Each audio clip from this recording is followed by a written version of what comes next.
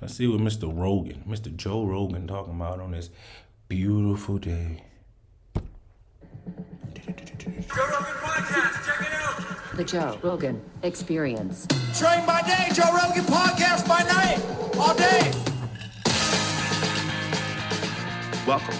Dude, very nice to meet you. Yeah, good to be here, man. Mustache. So let's take, first of all, why do we love conspiracy so much? Because I fucking love them. Dude. I love them. I love finding out the dirty little tactics and Right? secrets and how the government does things and what the fuck's really going on. Why is it so exciting? I think it's something like deep down in humanity is like we love storytelling. Yeah. And these days conspiracy theories are like I mean 10 years ago conspiracy theories were fringe and they were problematic. Tell me about it. Right? Yeah. I was a Like, conspiracy yeah, theorist you're way at the back in heart the of day it. when you were a fucking nut. Dude, you were a conspiracy theorist when I was not even here yet. I was arguing with people about the moon landing on the Right? radio before there was any podcasts. I mean, maybe there's some of the mystery element, but the thing is that so many of them are, it's a knowledge. It's a thirst for knowledge because some of them are total bullshit. But Yes. some of them are clearly, there's something there. Clearly. Right? Yeah. And realistically, if you had like the journalists of integrity from 1960s era alive today and they hadn't been bought out and shot in the head and whatever else happened, Dude, I they think would even be in the conspiracy 60s theorists. they were compromised. Well, they were The getting big bought one- out. The big one is Woodward with the Watergate story. Oh, yeah. Did you see Bill Murray when I had Bill Murray in here the I other haven't day? watched it yet, no. Bob Woodward wrote Wired, which is about John Belushi.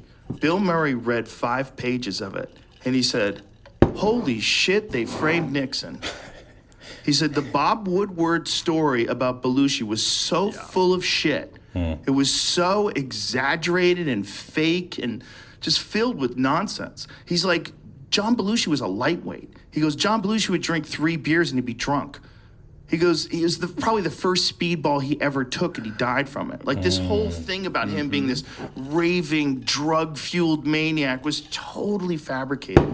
Wow. It's a good example of how the mainstream narrative had Nixon as a crook. Yeah. And he's just one of many examples, right? And when you Yes. really start to look into it, you realize, I mean, probably not the greatest guy, but what was the real story there? What were they Right. framing? Why are they trying to get him out? Yeah, no, this is not a defense of Nixon. Yeah, Nixon was not a exactly. great guy.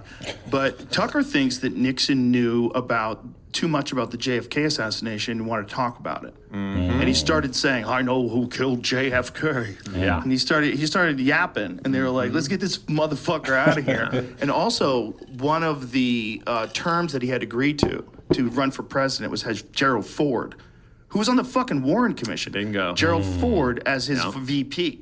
Yep. So Gerald Ford becomes the first ever non-elected president. He slips in. He becomes president for kind of a bullshit term. Yeah. And Does a whole bunch of war party Yeah. things and just a whole bunch of bullshit. And we decide that Nixon was the real problem with the country. I mean, how often is it that they're allowing someone that they aren't sure about to get to president, and they're sticking them with a VP that is their guy, right? Oh, yeah, Dick Cheney. That is crazy. Like, if you think about the manipulation and attacks of the government and everything that's happened so far, and it goes back to even like the school systems and just everything around us. It's just like everything is bullshit.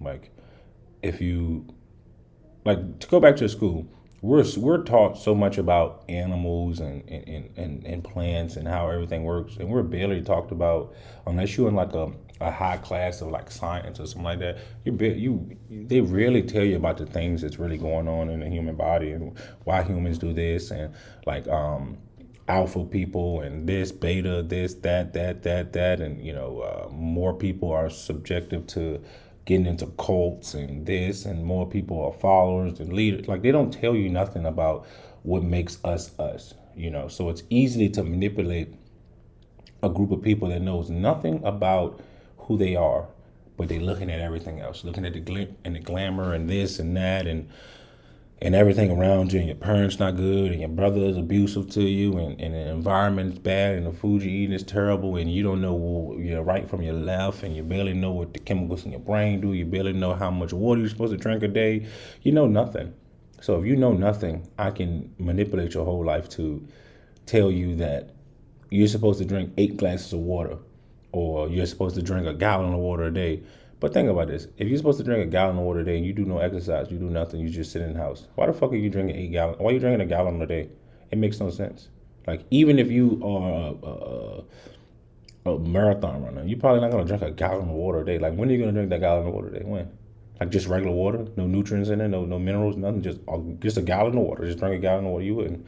It's not something you would do. So I think everything's around us is just manipulated, it's fabricated. I mean, if they've been doing it before JFK, they've been doing it for years and years and years and years. And now we're in a position to look and be like, whoa, this don't seem right. But we're 70, 80 years behind.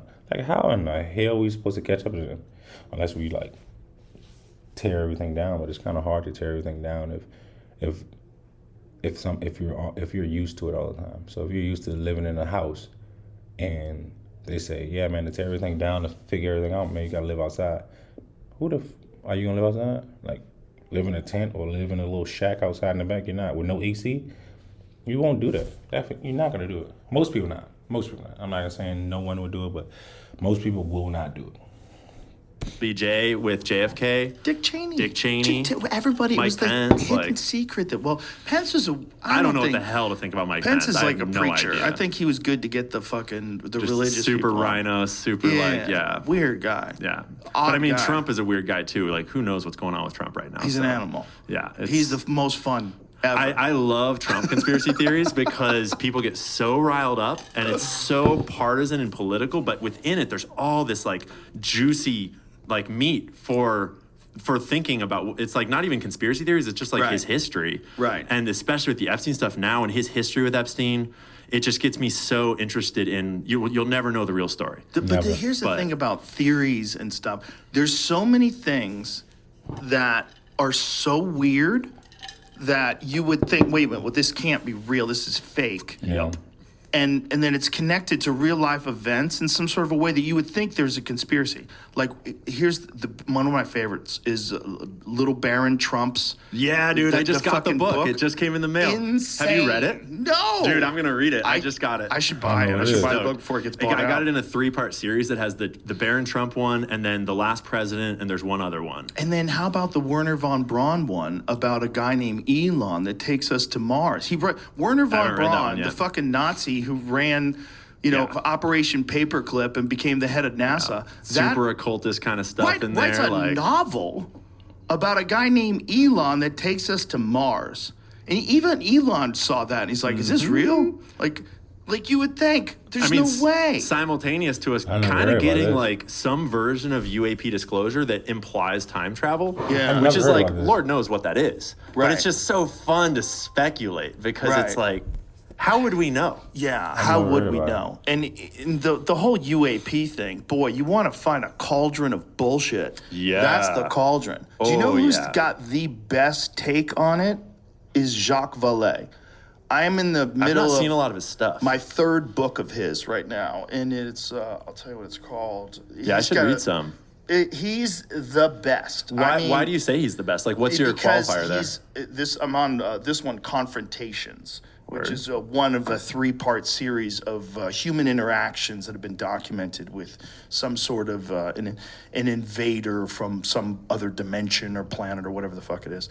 He is the most irrational. He's the most analytical. He's the least likely to buy into horseshit, but not dismissive. That's of like strange the critical balance, right? Yes. Well, he's the guy that they modeled the French scientist in Close Encounters of the Third Kind after.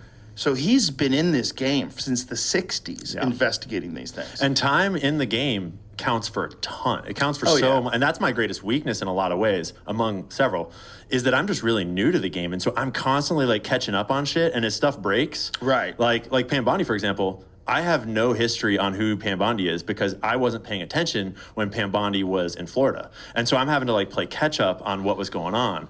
Right. And the people that have been here for forever, like the Alex Joneses of this world, the Jacques Vallées, the people that like watch things break live, you just get a different level of context. And then you get like the David Ikes that are like, it's fucking reptiles, dude. They're all reptiles.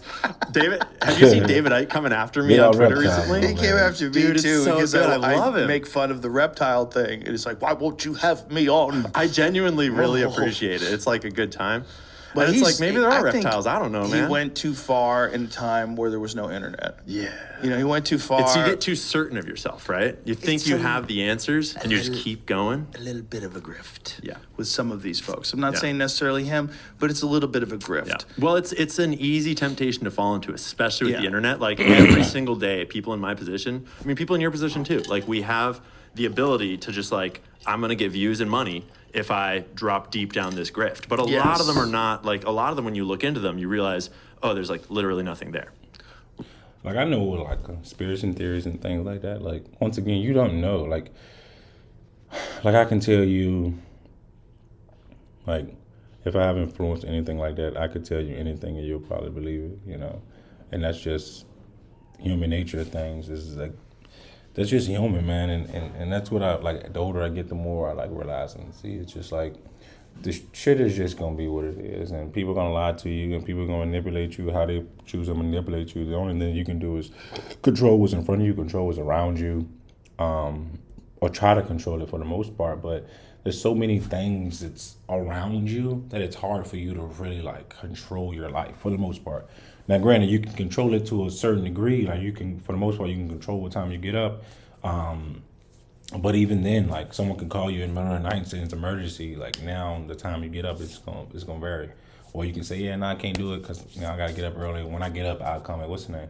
But the things that you were gonna do when you got up, now you can't do it because you gotta go help someone else. So like, you try your best to do what you want to do in your day-to-day life, but for the most part, it's gonna be like sidetracked by something that's going on in life. If you go to the store and someone runs the light and hits somebody in front of you, like now what you're gonna do at the store, you might be like, now I gotta go back in the house. Or like, oh, maybe I should call my mom. Or shit, I don't know what I should do today. Like it's just different things, different variables that happen in your life that you're not really in control of, man. You're not really in control of much things. So like the conspiracy theories and things like that, like we don't know, man. We don't know if Trump and goddamn, what's his name? Epstein we don't know. Like we see videos, but we don't know. Like we don't know. Like we weren't there, the files and stuff, and he can't tell us. Trump not gonna tell you. Like we don't know. We don't know. You know, Maxwell, I think this lady or whatever her name, they probably cut her tongue off. She'll never speak publicly ever. And if she did, like what benefit does she have telling the truth? Like if she told the truth about everything that her and Epstein did, you can't tell me that it would be beneficial, because say all the politicians and all this and all these people, it's like now the people that we're trusting in to run the government and do these things are awful. They're awful humans. So who's gonna replace them? Just anyone? It leads, I don't know. It's like damned if you, damned if you don't. If she come out and say like we're thankful and we're grateful that you told us, but now the whole system is corrupt. Now the whole United States is flipped upside down, and we probably go to goddamn civil war, really. You know, so it's a like a lose-lose situation, man. So, but even with the people that's in power, they'll never let that happen. Like we could say we want the Epstein files and we want this and we want that, but it'll never, like the totality of everything, it'll never come out. Ever, never, ever, never, never. I bet you $1 billion it'll never come out. Everything? No. Why would they do that? Why would they do that? They won't. They wouldn't do it. But yeah, y'all go watch the full episode of this. I'll probably watch it later. Yeah, if you made it this far, I'm thankful. I'm grateful. Don't forget to like, comment, and subscribe, share, and don't forget to smile, man. Don't forget to make someone laugh. Don't forget to make yourself laugh, and don't forget to smile yourself, man. And enjoy your day. Be thankful that you're alive, and continue to be great. Till next time, peace and love and peace.